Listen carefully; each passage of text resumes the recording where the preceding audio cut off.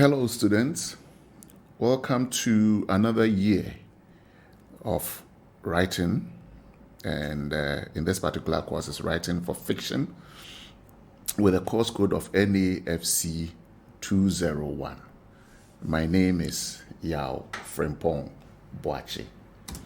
What it means is that for the next, this semester, we are going to look for this particular course, how to write for fiction.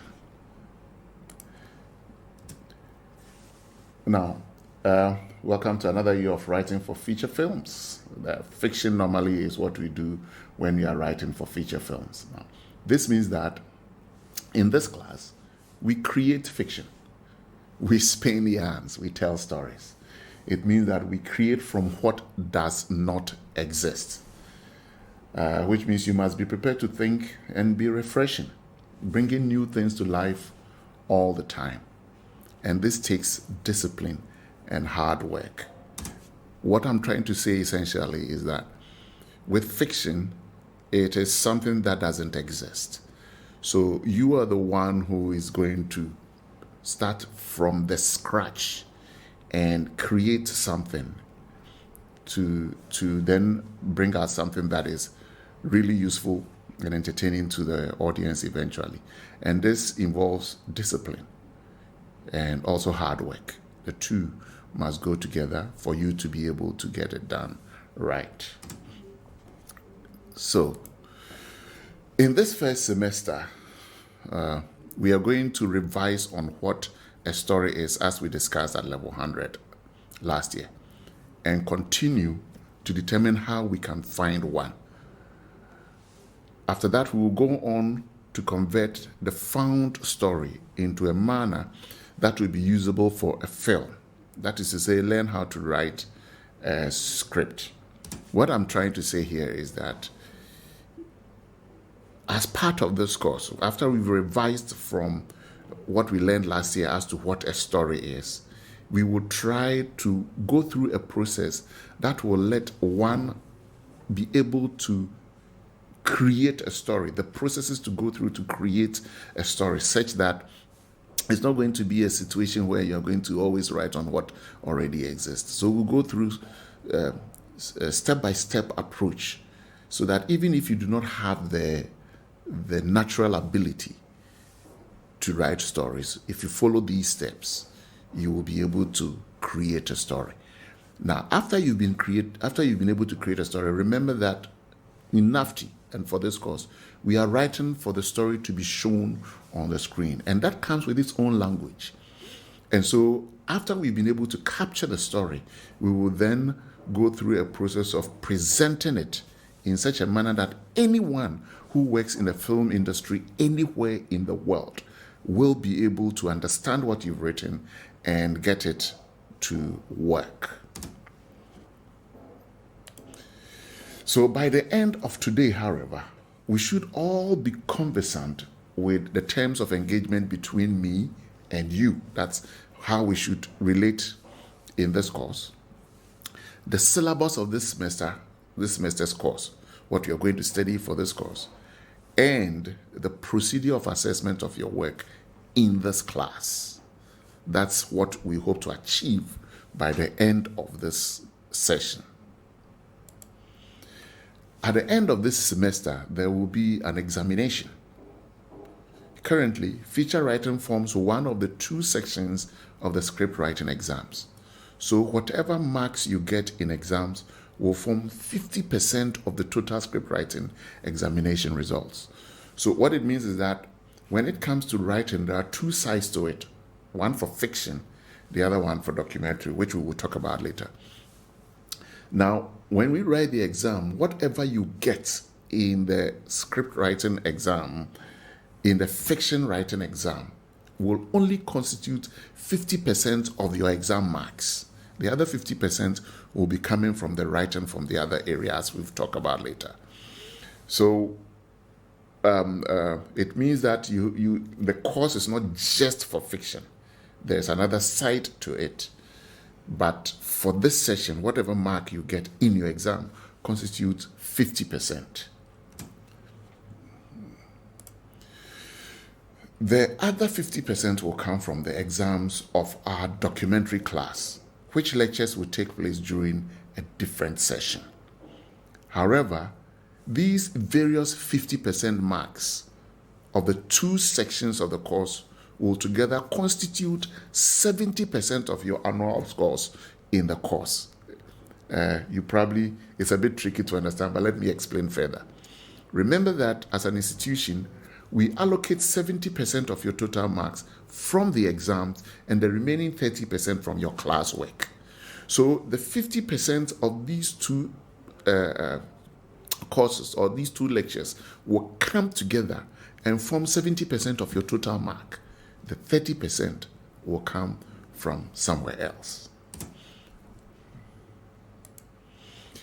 Apart from the end of semester exams, you are also mandated to do a number of class exercises as part of your continuous assessment. Now, results from the test of these class exercises will thus form 30% of your academic work. And note, the 30% is also shared between the outcomes of class tests of both feature writing and documentary writing. So in the same way that the 70% is shared between your exams marks for feature writing and documentary, the 30% is also shared between the classwork of documentary and fiction. In addition to the tests and examinations, you will undertake group exercises with duration of between 3 to 5 minutes, silent film productions at the end of the semester. Your membership to any of these groupings from the silent film productions at the end of the semester will be done by the production department once registration is fully over. So what you're saying is that the school is going to wait for a period of time allocated for you students to register. Once registration is over, the production department will then divide you into groups for purposes of doing the 3 to 5 minute silent productions. And so you are going to do your film as a group, not as individuals, as a group. And you all have to come together to work to succeed in putting up together what your film is going to be like. Now, in these exercises, I expect a full group participation, which means in all true aspects of the world, in all true aspects of the word, the whole group will have to fully participate in the group work. And as such, I will not meet any group unless they are meeting me in a full complement of the group. Failure to attend these group meetings would mean that one has removed oneself from that group, and such person will be treated as such. The understanding here is that the group meetings that I have with you is part of your learning process.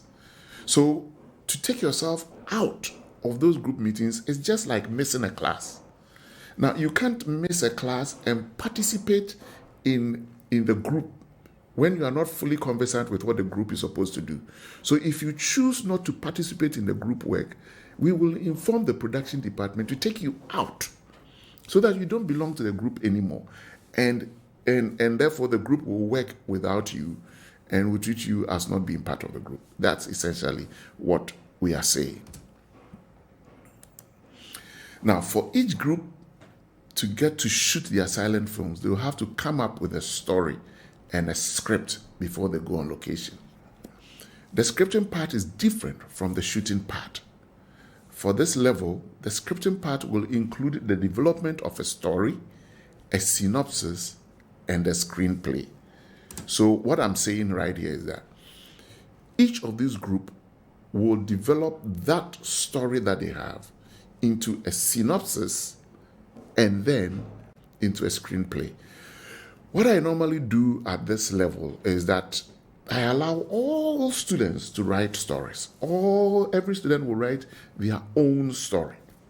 And then I will read through all the stories that you've delivered, and then I will choose as many stories as there are groups. so that you would then begin to develop that story into a synopsis and a screenplay that you will eventually shoot. Remember, it is only 3 to 5 minutes and it is silent. We're going to talk a little bit more about how that film should look at. I'll put the information on the platform so that you know exactly how you have to comport yourself when it comes to working in this manner. Now, consequently, by the end of this semester, I should have taught you how to capture a story in a form of what I call the starting lineup, how to present your story in a form of a synopsis, and finally, how to see your film before it is made in the form of a screenplay. Now, this is essentially the job of a script writer. There are other parts that we are not going to learn this year. Those of you who are going to specialize in it, in storytelling and script writing, will begin to learn other things, come next year. But for this year, we are going to look at this semester story. We are going to look at these 3 things: how to get a starting lineup, how to get a synopsis, and how to turn all that into a screenplay. Consequently, in developing your stories for the group work, each group will also have to produce these steps in the development of their stories before shooting. Each step will have to be approved with my signature before you can move to the next step. So work diligently and start early, because there's a deadline after which I will not sign any script. What I'm trying to tell you at this point in time is that there's going to be a number of steps. Remember that I want to teach you in such a way that even if you do not have a natural flair, you can follow steps and still be able to write a story. And you will not move to step B when step A has not been successfully achieved. So once you get to step A and you get it done right, I will approve of it with a signature. Then you can move to the next step. And the production department will expect to see all these signs document before they give you permission and equipment to go ahead to shoot.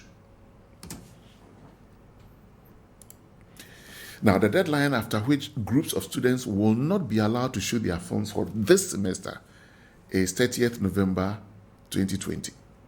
If you miss this deadline, consider yourself as having been referred in that subject, and you will have to talk to the academic office for rescheduling. In the meanwhile, as we wait for the production department to bring these groupings, we are also going to do our own ad hoc groupings today or on the platform, which will be the groups you will be in for the various class exercises we will be doing both inside and outside the lecture hall situation. For this particular course and other courses that I will be teaching. So when we do the grouping, it will not just be for fiction writing. It will also be for any other course that I will be teaching you in. As part of the class group film exercise, I will expect every student to give me a story outline for which marks will be awarded as part of your class exercises. I think I've explained this earlier. Now, following the presentation of the story outlines, as many of the scripts as there are groups will be selected by me and distributed to you by means of a ballot for it to be shot. So convince me with a good story and your work will be shot.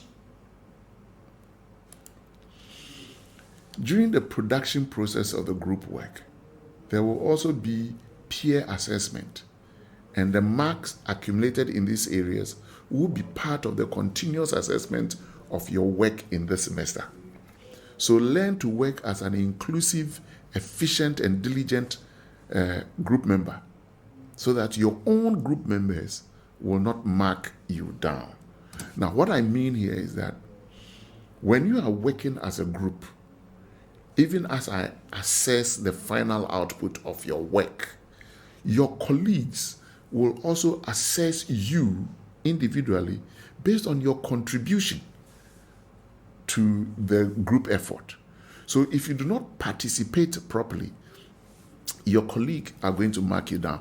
And this assessment is going to be done one-on-one, which means that what your colleague tells me is not going to be shared with you. So each of you will assess each other member of your group except for yourselves. You are not going to assess yourself. Your colleague will assess you.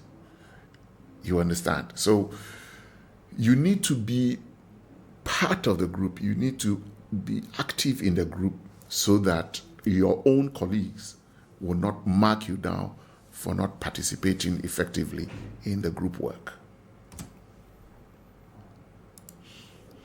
Now, let's look at our course topics. The job processes of fiction film writer is what you're going to learn today. That's a week 1. What is the job processes of a fiction film writer? Week 2, we will revise some of the things we learned at level 100. And in this context, we'll look at the story definition, the concept of desire and danger in a story, and the functions of storytelling. Why do we tell stories? Why is it important for stories to be told? That's what we will revise on in week 2. In week 3, we'll continue with the revision from what we studied in level 100. And at this point in time, we'll look at story parts, also what some people call story elements. And in this case, we'll look at the character, the setting, the plot, the conflict, and resolution. We'll look at these aspects because we looked at them last year. We'll look at them again this year to remind us of what we are to study and before we go into exactly what we have to study for this year. Week 4, we'll look at the story structure, and there are several of them, but we're going to take the basic ones. So we'll look at the Shakespearean structure, we'll look at Freitag's triangle, we'll look at the Aristotelian structure, and we'll look at the generic structure that a lot of writers use that they have not particularly named. We'll look at that. In due course, as people advance, I beg your pardon, as you advance in storytelling, you look at other story structures because there are several more that exist that we can look at. In week 5, we'll then look at the thinking through process, how you think through to develop your story. And under this thinking through process, we'll look at the starting lineup, how to capture your idea and put it in a hypothetical question, how to look at the theme and the topic and the setting, and conflict and message. What do you want to use the story to say? How do you determine what conflict will be the basis, the foundations of your storytelling? That's what we do in week 5. In week 6, we continue with the thinking through process. We are still thinking, so the thinking through process. And at this point in time, we'll look at the starting lineup, which will include the protagonist, the predicament, the objective, the antagonist, the disaster, and the resolution. What I need you to understand here is that these are things that you need to consider before you try to develop a story, before you capture a story. If you go through these processes, it helps you focus. Because if you do not focus very well and you go ahead to go and tell a story, you get to the middle and realize that you've lost track. So we'll spend week 5 and week 6 helping you to think through the processes and putting your ideas down on paper so you don't lose them, so that it can guide you to be able to put your thoughts together. Week 7, we will look at the synopsis, and there are several kinds of them. So the situation and the story question, or what we normally call the one-liner synopsis. Then we'll look at the one-paragraph version of a synopsis and the one-page version of a synopsis, which is often what we recommend for work here in NAFTI. On week 8, we will look at the word software and how we can use the word software to develop the screenplay, plot, and format. Now, the reason why I'm going to the word software is that, yes, today there are a lot of softwares that can help you write screenplays. It guides you, you just put things in places, and your screenplay is formed.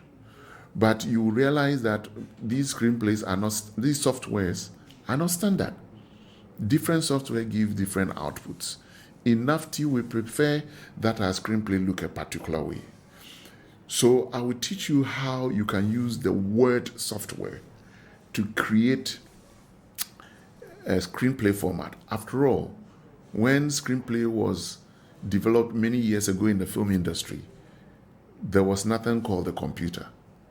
People were writing with pens, and then typewriters came in that made things easier for them. So we're going to look at how the shape came about and how you can use the Word software to be able to create that shape. In week 9 and 10, we will try to develop the various stories that will come together. We'll do practical sessions in the classroom for your 5-minute silent film. And so once that is done, then you'll be ready to go on the field to go and shoot your film. So essentially, this is how our lectures is going to be for this semester. Now it's time for us to look at what we actually set out to study today. And today we are going to look at the job processes of a fiction film writer. If you decide that you want to be a fiction film writer, what are the processes you have to go through to capture your story, and who are the people that you are likely to deal with before your story gets into the hands of a producer and possibly gets shot and shown on the film screens. That's what you're going to study today. So let's look at the scriptwriter's work. The scriptwriter starts the film process by coming up with the idea of the story to be eventually filmed, or the writer may receive the idea from the producer. Whatever the case may be, the scriptwriter is still the one who decides on the direction the idea must be developed into, based on the message that the producers or the writer may seek to pass across. Now, what you're saying here is that when you decide to tell a story, very often it is because you want to make a point, you want to make a statement, you want to bring out a message.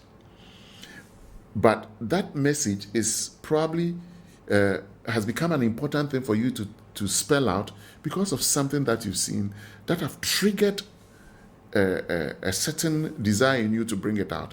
That thing comes from what we call the idea. I had a friend who says that he had a habit of going on a walk around 5 p.m. in the evenings. And the reason why he decides to go for walks at 5 p.m. and not earlier and not even later is because he gets to follow workers who are coming from work and eavesdrop on their conversations. That's not a gentlemanly thing to do, but he did it anyway, and he gets his ideas. And he's talking about a situation where, in one instance, he's following a couple of workers coming home, and they were conversing about their salaries. And one was complaining about the fact that his salary doesn't take him beyond a week. He takes the money, and within a week, the money is finished. His colleague then said to him that, man, you are doing very well. Your money takes you as far as a week. You are doing great. For me, when I get my salary, on the wah, the money is finished. Now, after eavesdropping out over this conversation, an idea clicks. Something triggers in his mind and said, wow, that's interesting. Maybe I can write a story about how a worker survives in the month after his pay has been exhausted, after he has spent all his money. How does he survive till the next paycheck arrives? That creates an idea. So an idea can come from anywhere. Somebody's conversation trigger a certain situation that can allow you to tell a story. So we are going to find out how to do that. The script writer, for the purposes of training here in naf2, the writer develops the idea into a hypothetical framework or a hypothetical question. Then you will develop it into a starting lineup, and then to a synopsis, then to a step outline, then to a treatment, and finally into a screenplay. Now, you realize that there are 4 of them that are written in colors. The first 2 I wrote in black text, because the point I'm trying to make is that no producer will be willing to buy any of the first 2. But the 4 that follows, the synopsis, step outline, treatment, and screenplay, they are things that producers are willing to pay for. But for this semester, we will actually work on synopsis and the screenplay. Step outline and treatment will be dealt with at a different level of training here in naf2.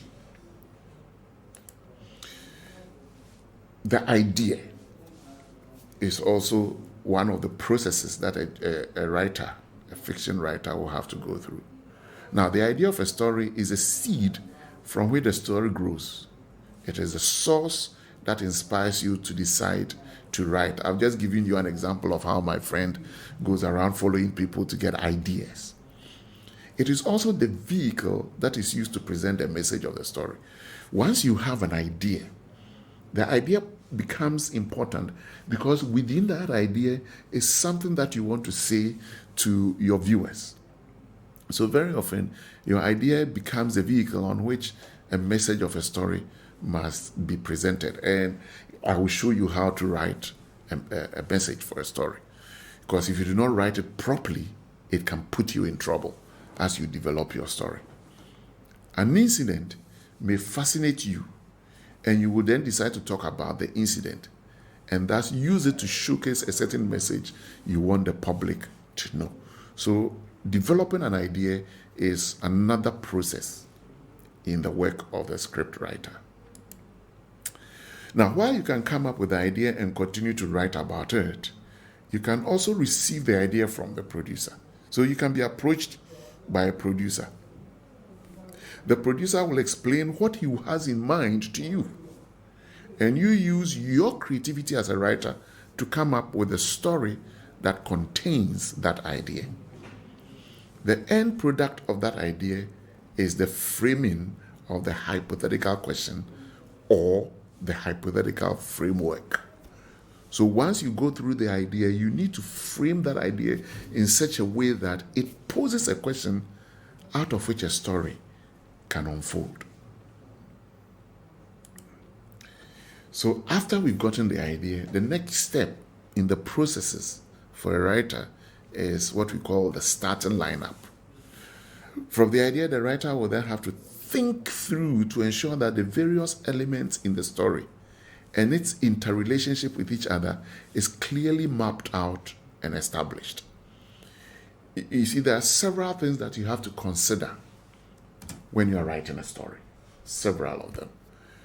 But a story is like a jigsaw puzzle. You cannot just see one word formed and expect that that is the end, because that word formed must also link up to another word that is going to be formed. So there are several aspects that come together to make the story. And in trying to think through that situation, you write up what we call the starting lineup. And you check the starting lineup, the elements in the starting lineup, one against the other to see if they tie in properly. If they tie in properly, then you have a basis for which to develop the story. And you need to go on and check and map it out until finally you have a starting lineup that works. Then you move from the starting lineup to the synopsis. Now, the synopsis is the presentation of how your story has been captured with 10 important elements by which the story is composed. Remember that we went way back and talked about character and setting and conflict and plot. All those things will now come together for you to be able to write your synopsis. Essentially, The synopsis is the shortest brief in which a whole story can be presented, such that a producer can deduce the potential of the marketability and also the technical composition and competence of the story.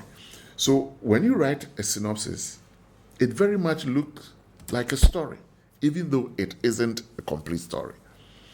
But it looks like a story such that the producer can see the possibility that the story can do well at the theaters.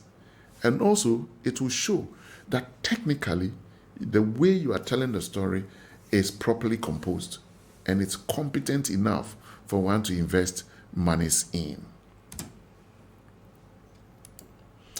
Now, with a synopsis, you can pitch your story to be bought, as indeed some prominent writers have successfully pitched their work with a blurb.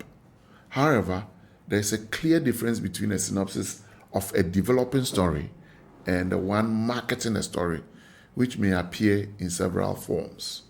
What I want to say here is that when people become so competent and are seen as icons in script writing, at times they just give a blurb, a statement, and a producer may find it interesting enough because of the pedigree of the writer.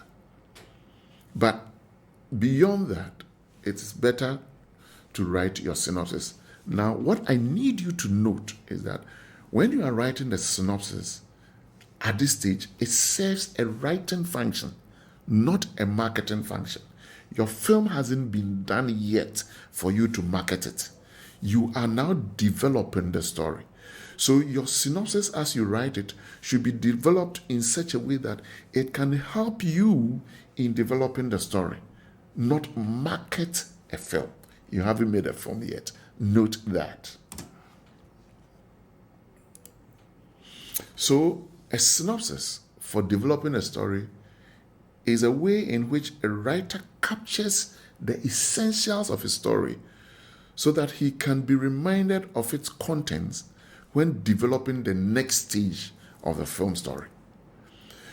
While a synopsis may give the shape of a story, it is by no means the end of the writing process at all.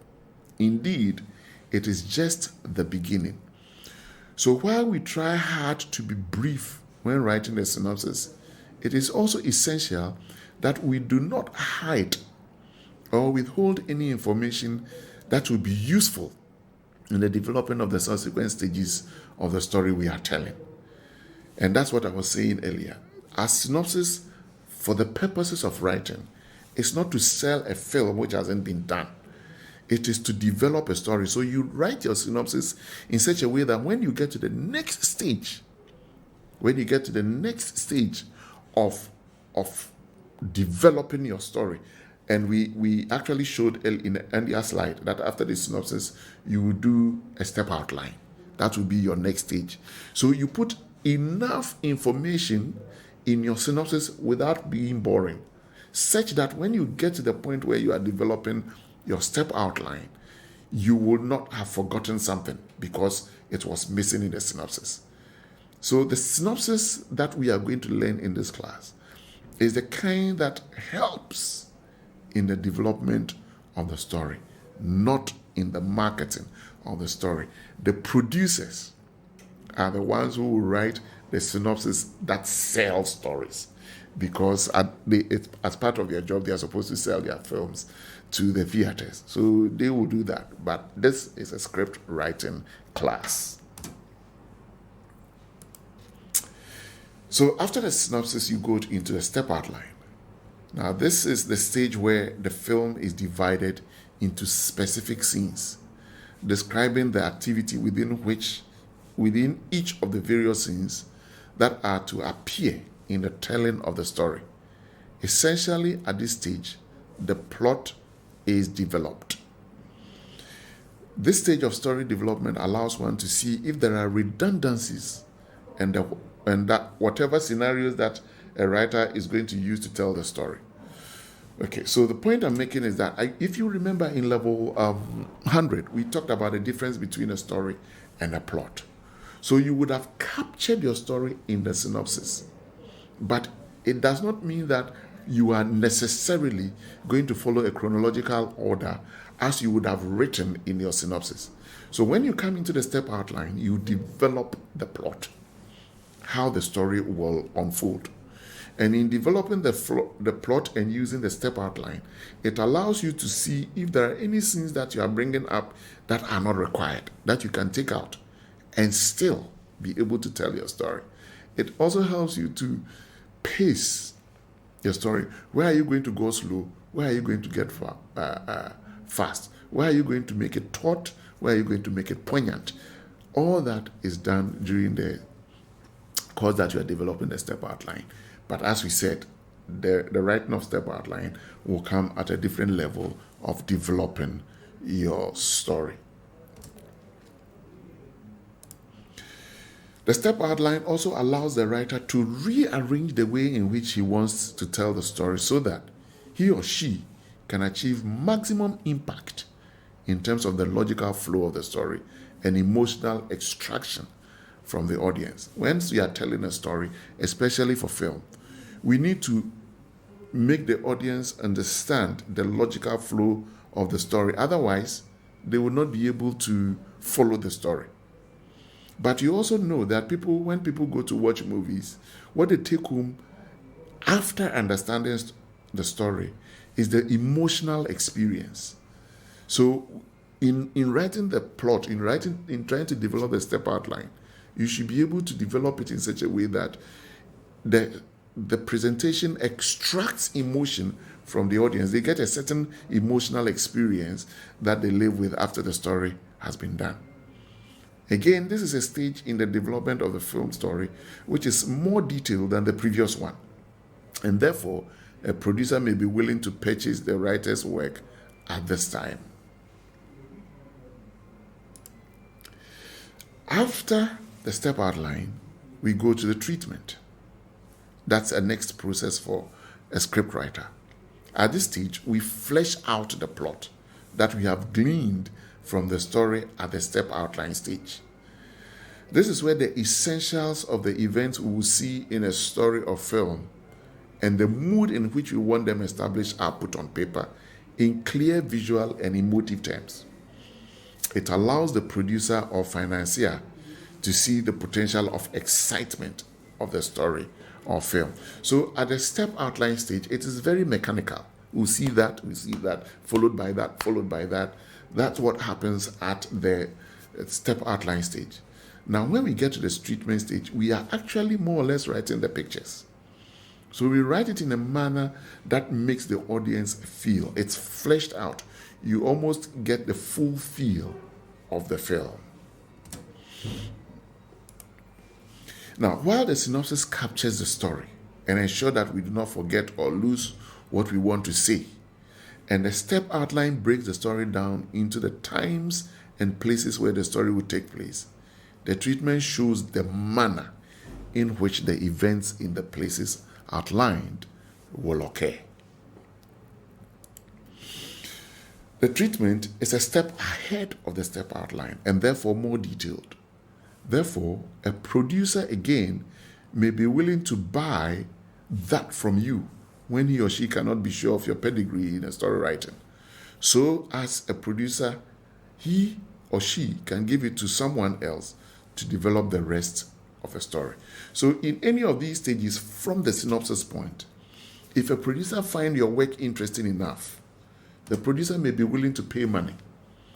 But maybe you are a new person in the industry and the producer doesn't know you that well. So he wants to take that good idea that you have and give it to somebody who is well versed in writing to develop it for him. So all these stages that we are talking about, the synopsis, the step outline, the treatment, they can all be a step where a producer will be willing to pay money for and take it off your hands so that somebody else will be able to develop it. Now, after the treatment, we come to the screenplay. This is actually the goal of what a writer wants to get to. This is the final output of your ideas in the telling of a story of a film. It is where your full creativity of telling a story for film comes into full bloom. The complete picture of the story you have in mind is made clear to all the various people who intend to play one role or the other in a film, both as a crew member or an actor. It allows for the director to begin to do his own interpretation. So what we mean here is that once you've been able to write a screenplay, the screenplay more or less gives instructions by the way it looks to the crew, any crew member who's going to work on a film, and it also to the actor. Now, as we said earlier on, when you are writing a fiction, you are creating from nothing. It is just what God has put in the world and your creativity that you are putting together into a narrative. So once you write that story and put it in a script in the form of a screenplay, the director now has something to work with. It forms the basis of the director's work. So the director come into place, coming to interpret your work. And it is not just the director, every other crew person and the artist are all interpreting what you've written in that script you call the screenplay. The screenplay allows the artists to see how they are supposed to behave during filming. It also allows the artist and the crew to see what creativity they can bring to bear, even though the actors would expect something more detailed from the director. It gives a basis from which the production department can plan and cost the production. So your screenplay is very, very important. It's not just an end product by itself. It is the foundation for many people who are going to work on the film. Now, having understood the processes, we just listed the steps that a writer would take to be able to arrive at the point where you have something that a producer can work with, every crew member in a film can work with. That's definitely done. We'll go in the future lectures that we are going to have. We're going to explain all these things that we've talked about in detail and go to the point of showing you how to be able to get that done. We'll do all that. Now, let's look at the scriptwriter's relation with other crew members. You know that filmmaking is a group activity. It is not an individual work. Even though you, as a scriptwriter, may be working as an individual, once you are done, a group of people are going to do their work based on what you've done. So you must have some kind of relationship with some of these crew members, and that's what you're going to look at. So the scriptwriter relates to other crew members such as the producer, the director, the production manager, and the editor. These are people that you're likely to come, or your work will come into direct contact with for influence. So these are the people we are going to look at. There are several other people who work on the film, but very often as a scriptwriter, you do not directly interface with any of them. But these four, your work will interface with them. So now let's look at the producer. What's your relationship with the producer as a writer? The producer hires the writer. And as a writer, you will submit a story to the producer, which means the producer is the employer and the writer the employee. The writer tries to achieve what the producer's vision is. After all, the producer is paying you. The producer is supposed to know what is required from the writer, because the producer is supposed to have an idea of what sells or is likely to sell. That's one thing that as writers you must always remember. Filmmaking is a business. Whoever goes into making a film has an intention of making money.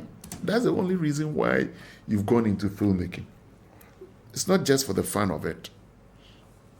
At least not in the fiction aspect, not in the feature film area. You want to make money. The producer wants to make money for the one who has put money in it. So the producer has an idea of what it is that is likely to sell. And he is expecting you to write a script that will achieve that aim without also just it being commercial only, but has other things that scripts are supposed to have, which we will discuss in due course. The producer can pay for the services of the writer at any point of the script writing chain, from synopsis to screenplay, and thus contract some other writer to complete the work, whether the work another writer would have started. So you would have started the work. The producer can pay you off and take whatever you've done and give it to another person for the other person to complete the work. Of course, if as a writer the story originates from you, it's your story, then you, being the originator, can decide to give the script to the producer or not. That's your prerogative. But if you do, there will be terms that you can come to the producer for him taking your script. The producer also has a right to buy a portion of the writing process from you and give it to others to do the rest. So it's important for the writer to learn how to pitch the story properly for it to be uniquely owned by the pitching writer.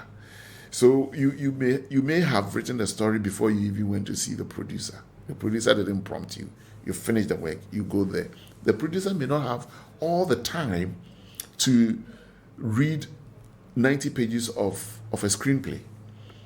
So you need to find a way to talk to the producer for him to be interested enough to read. And that process is what we call pitching. The process of pitching will be done in a different course, also in level 200. We'll talk about that in due course. But at this point in time, we are looking at your relationship as a writer to the producer who is controlling the funds that is used to make the film. Then, as a writer, you also interface with the director. The writer is the only person in the filmmaking chain that originates his work solely from nature and his or her own creativity. Everyone else, including the director, interprets the writer's story. It is for this reason that at level 200 we teach the basics of writing for the benefit of every student, so that when they specialize in their departments, they will still understand the elements of a story and thus be equipped to do the interpretation accordingly in their own departments. It's not only the director that interprets. The photographer interprets. The art director interprets. The sound man interprets. The editor interprets. Every crew member interprets what the scriptwriter has written. So the least for these crew members to do is to have a cursory understanding of writing, of storytelling, so that they can do their interpretation. But as everybody is interpreting your work, so is the director. So your work comes, in fact, the director is the first person that your work comes into contact with after you've given it to the producer. Now, as a writer, you provide a blueprint from the director, but the director still has the right to change things to suit his perspective, but only in the context of interpretation. The writer provides the original idea for which the producer would have bought into, so the director's responsibility is to visually interpret what has been written. However, the director can only interpret firstly what he can understand and what is reasonable to do. What is reasonable to do? A very important thing to understand as a writer. The fact that you've written it doesn't mean that it can be achieved. The director is the one to determine whether it's achievable or not. And therefore, the director will have the right to change things if what you've written is not achievable and yet wants the story done. The director's reality, though, is what the other crew members can achieve on set. And this can set a limitation on what the director can do with the story. So there's a possibility that the director's outcome on the screen may be something quite different from what was originally envisaged by the writer. the point I'm trying to make is that you may write stuff, and the director will go on location, and circumstances on the location will make it impossible to do what it is that you have written in your story. So the director coming to interface with the other crew members get to see from these other crew members their limitations as a photographer, as a sound man, as an art director. Those limitations is what the director faces. And the director every now and then may then have to make a choice of altering some aspect of your story. And you as a writer must understand that. Then your work also comes into an interface with the production manager. The production manager uses a script to determine what is needed on the set, to schedule the production, and therefore to plan the cost of production. So your script will determine how many days will be needed to shoot. It will also determine the logistics required on the set. And so all these things are what have to be paid for. And the production manager, therefore, will use your script to do the cost analysis for the production. The other person that your work will interface with is the editor. The editor uses the script to determine the direction the film must go story-wise. So eventually, the editor also uses your script to interpret what the director has done. The director has interpreted your work. Now the editor is interpreting the director's work. And this at times may be to the discomfiture of both the writer and the director, because the editor can go at a direction that is totally different from what the director did and what the writer did. But yet, interestingly, the editor may still be the one who is most likely to bring the story back to what the writer envisaged in the first place. So the director may have interpreted it in a particular way. The editor then also has some kind of knowledge and know-how and the freedom to shape the story according to what that editor sees in your story. And so getting a film down is a whole process, a whole chain that can breach integrity at times and make people uncomfortable. If you want to find out more about this course, you can check from J. Michael Straczynski book of the complete book of script writing. It will give you a detailed account of these processes. It was written in 1982, and the ISBN number there. You can look for it and get more information about the work of the writer, the processes, work and processes of a writer. This is the end of our first lecture for fiction writing.